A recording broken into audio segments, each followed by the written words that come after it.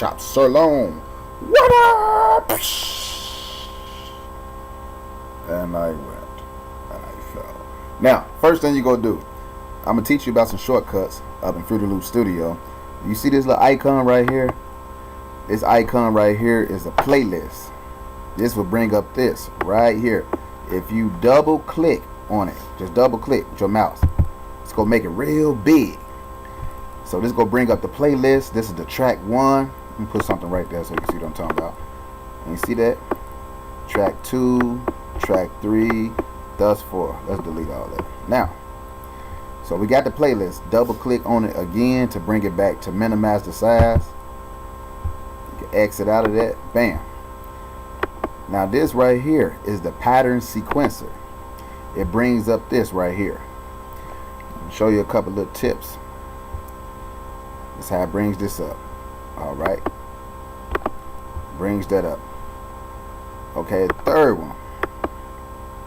It brings up the instrument that you're using in this. So I click this, that's this. If I click this, it's gonna bring me to the piano roll, but if I click it again, it's gonna bring up the instrument or VST that I'm using in FL Studio. See that? And these all the knobs and stuff, you know, and I'm not gonna really get into that. But if you click right here, again, this is what we call the browser, which brings up all of your samples. Check that out. 112, Anita Baker, Barry White, the Bee Gees, pianists, samplers. If I go down, look, these are all my sound kits.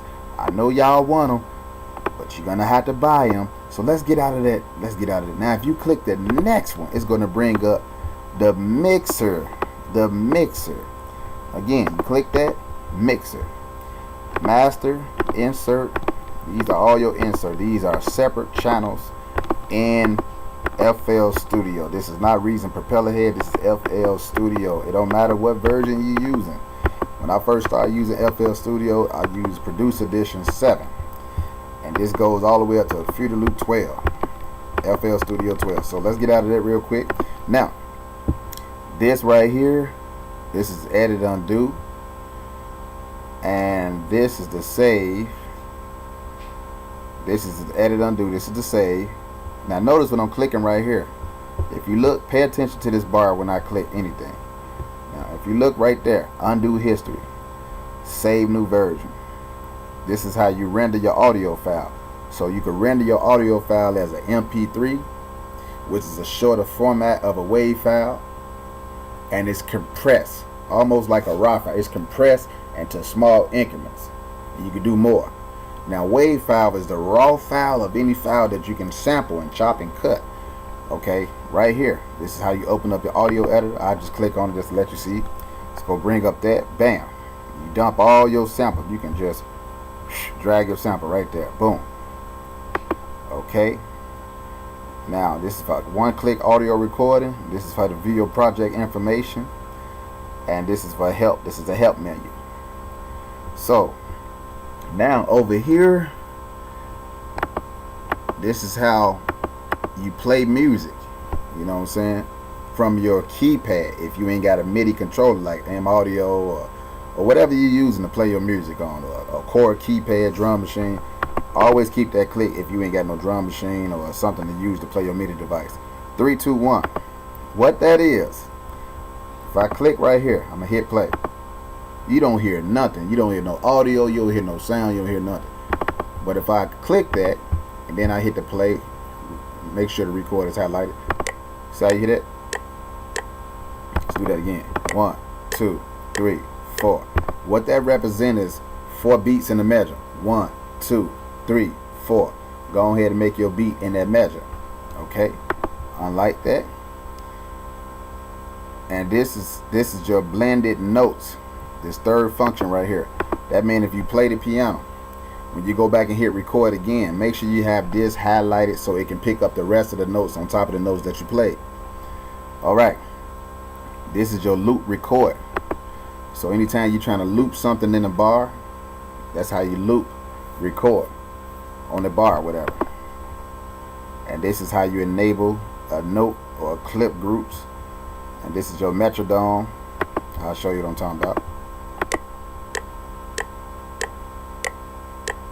See that? 1, 2, 3, 4. 1, 2, 3, 4. 1, 2, 3, 4. So that helps you to stay on timing with your beat. Now if you come right here, the next one, this is your edit mode. This is this right here. All of this. This is scrolls. This scrolls to reach time markers. So if you in a playlist, as I talked about earlier, and that would be this. This will scroll you right to wherever your mark is. And your marker is right there, time marker. You add one, hit Alt-T. Alright, we're going to come back to that menu in a moment. And this is how you multi-link controllers. This is how you click on Fruity Loop News. This is your transport. This is your pattern. This is your song mode. This is your transport, play, start, record. This is your time of your song. This is your automation. If you right click on that, that's how you create automation clips. That's how you link to your controller, your MIDI device, or whatever. You copy your vitals, you edit events, you reset. And right here, if you right click on that, same thing. This is how you close out Fruity Loop.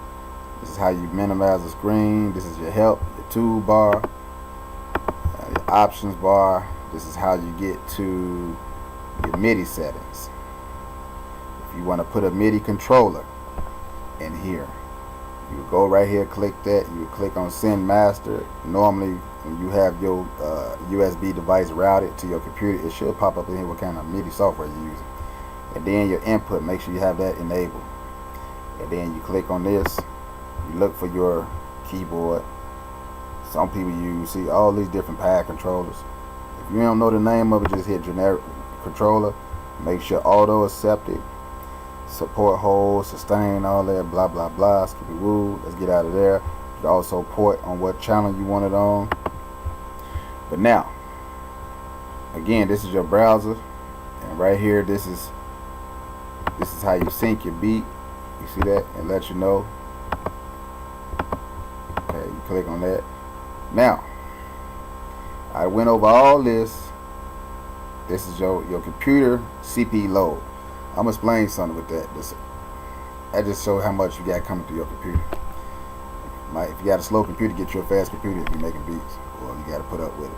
This is your monitor, your peak meter, excuse me, and this lets you know how strong your sound is coming in. If this thing start turning yellow up in here, red, whatever, however you got your thing set up on your DAW, that means it's too loud. Simple as that. Alright, now let's go into the piano roll. I want to show you something.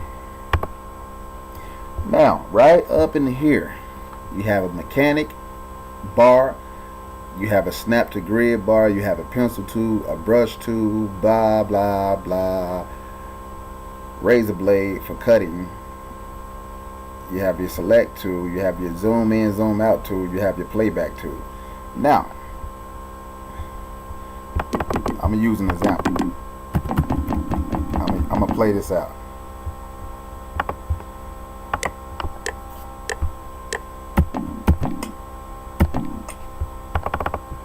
You see that? First thing I want to do, let's play it back real quick.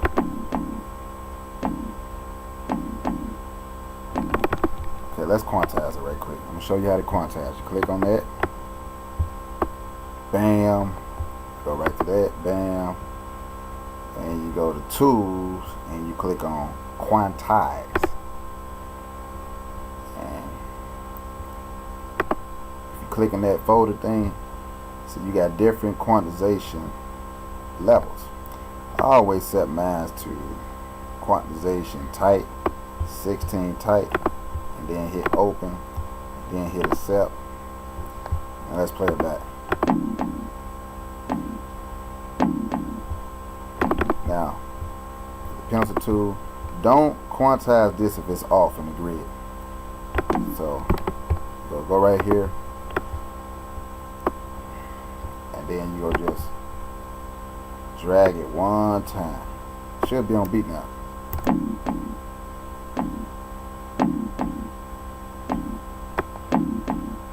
Try it again.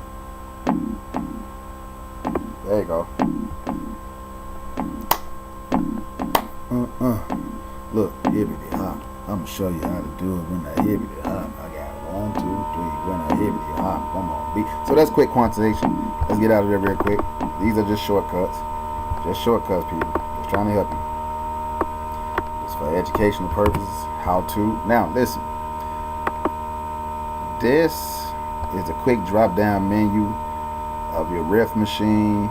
Quick legato, articulate, quick quantize, glue, arpeggiate, strum, da da da da.